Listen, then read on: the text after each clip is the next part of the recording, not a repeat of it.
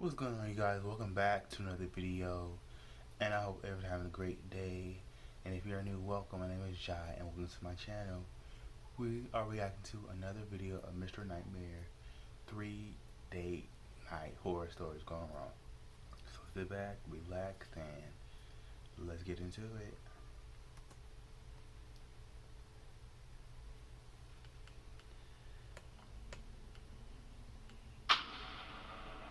There we go.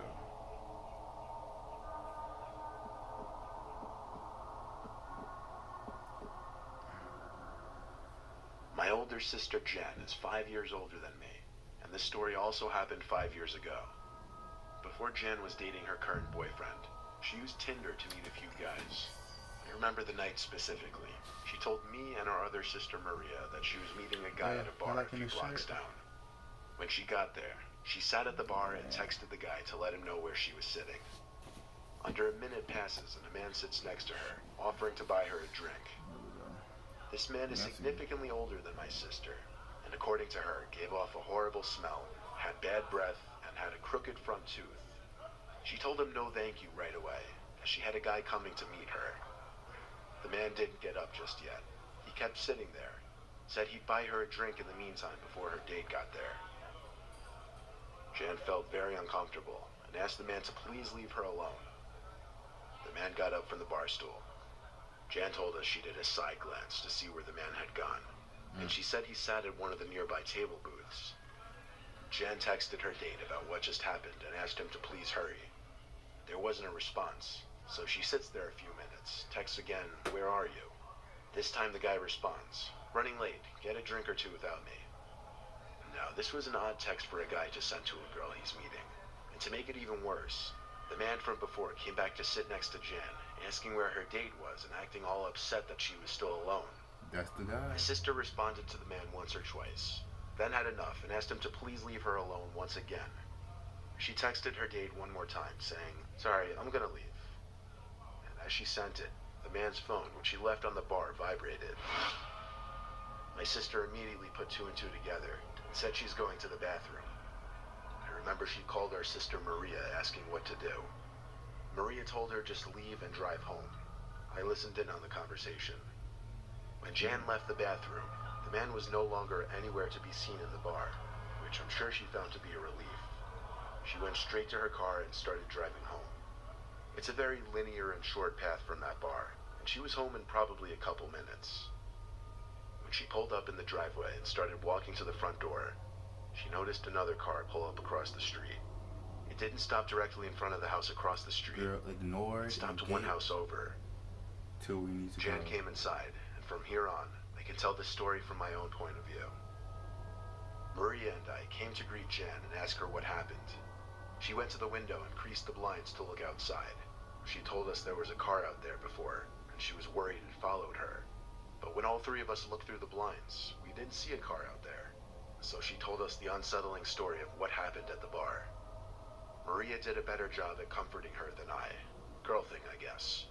I did tell her that if that man ever stepped foot near her again, I'd kick his ass. Later on, we all went to our rooms and did our own thing. I was playing Far Cry 4 on my computer when I heard the horrible sound of both my sisters screaming.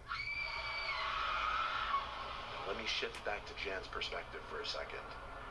She was on her phone in bed when she got a text from that number. It said, "Hey, I'm so sorry, I didn't see your text until I got to the bar." Jan didn't answer that, so he sent a follow-up text saying, "I'm gonna meet you at your house. Which window is yours?" Jan called Maria to come to her room to look at the text. As See, they this why talked you for gotta a be little bit, cautious on figuring these out what to do, these dating Jan's apps. window slid open, and someone tried pushing their way through the roller shade. That was when both Maria and Jan screamed, causing not only me, but our parents from upstairs to come rushing to her room. The man trying to come in gave up before we even made it to the room. Our dad went outside to try and chase after the man, but he was already long gone in his car probably. Of course, my dad called the cops to get a police report. Jen gave the police the man's cell phone number, and they took records of the text conversation. They said they were going to do what they could to trace the number, though it could take a few days. My dad was contacted after the weekend by the local police station, and they asked him to come in. At the the station, they said they traced the number to be a fake number through some app, and that there was no guarantee they could trace the use back to a specific phone. My dad asked them to do whatever they could. Weeks passed and we never heard from the police, but we all slowly started to forget about it. You can never really understand people's motives and how they think they'll get away with some things, like climbing into a girl's window, for instance.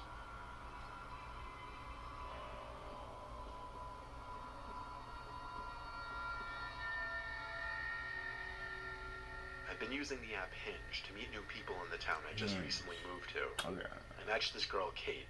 She was about 7 years older than me. Yeah, I know, a bit of a gap. She's 30, I'm 23. It was my idea to meet her at some small restaurant in town. I waited in my car in the parking lot for her to pull up. For some reason, she was having trouble finding the place. She asked me to start sharing my location with her. After doing so, she shortly after pulled up in some lemon of a car, an old beater Honda. I actually felt a sense of disappointment when I saw it was her stepping out of it. Ooh. I went out to hug her hello. She said she wasn't a hugger though, so I shamefully put my arms back down.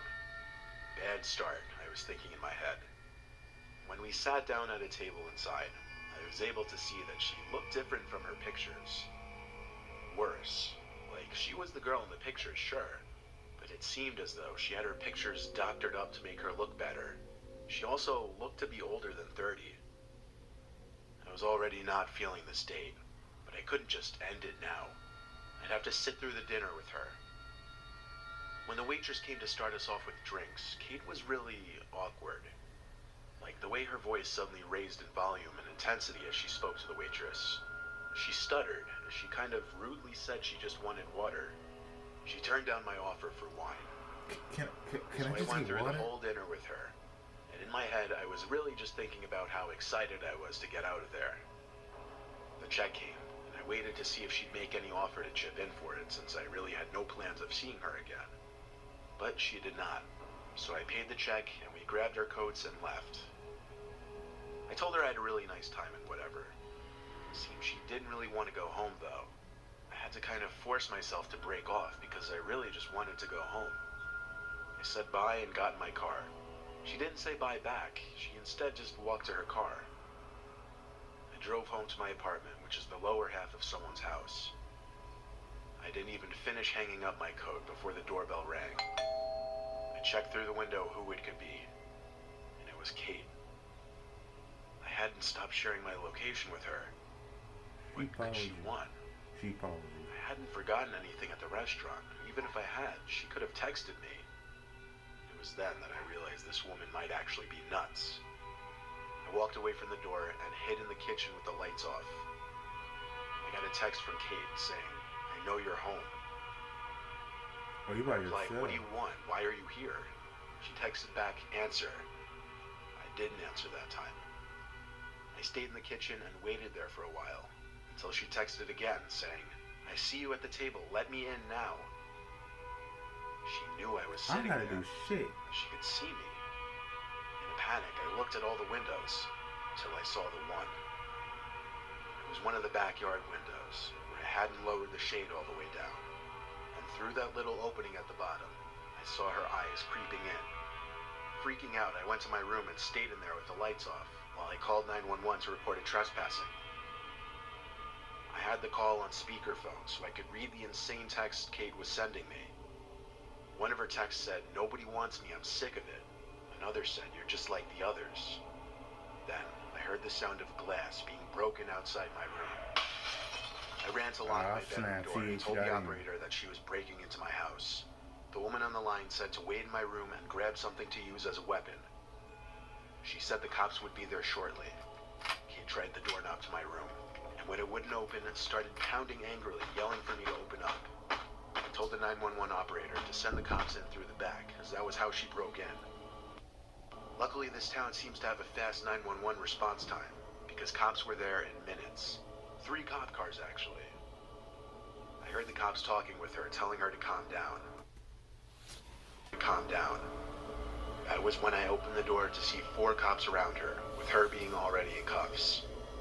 She was taken away and charged with breaking and entering and some other charges. She needs I to had go the to option to mental take her to civil institution. court for damages to my property, but the time and lawyer fees would be more than the cost to just fix the window, so that's what I did. I did get a restraining order against Kate, though, who I later learned her real name was actually Pamela Castillo.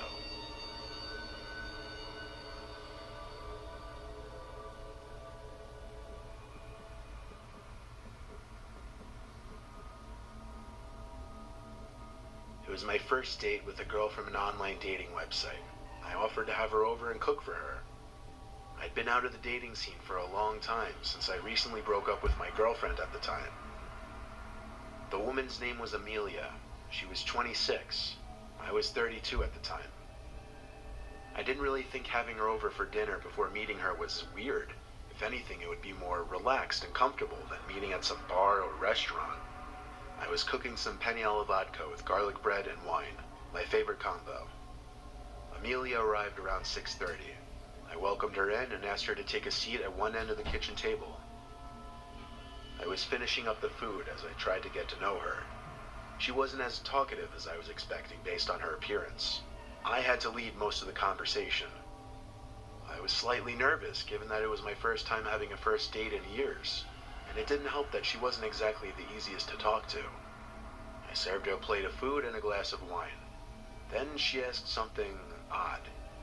She wanted me to go get a candle so that we could have a proper cheers. I had nothing else to say but to go along with it. I left the kitchen to the pantry closet in the hallway to get one of the candles and a lighter. When I came back to the kitchen, I spotted Amelia sitting back down, like very quick-like. It looked kind of sketchy. "Everything okay?" I asked. To which she replied she just had to rinse her hands. Odd, because I didn't hear the sink run. But I moved past it and lit the candle. Then we did a little cheers. I was about to take a sip of my wine when I noticed something floating in the glass. Something that wasn't in it before. It looked like a powdery substance being dissolved into the wine. I watched as she looked at me, not taking a sip of my wine. Get it? I pretended Pop! to take a sip. But right in her Nervously face. continued conversation. I was assuming the worst, that she tried to drug me. But I couldn't just accuse her of that. What if I was wrong? I'd look crazy.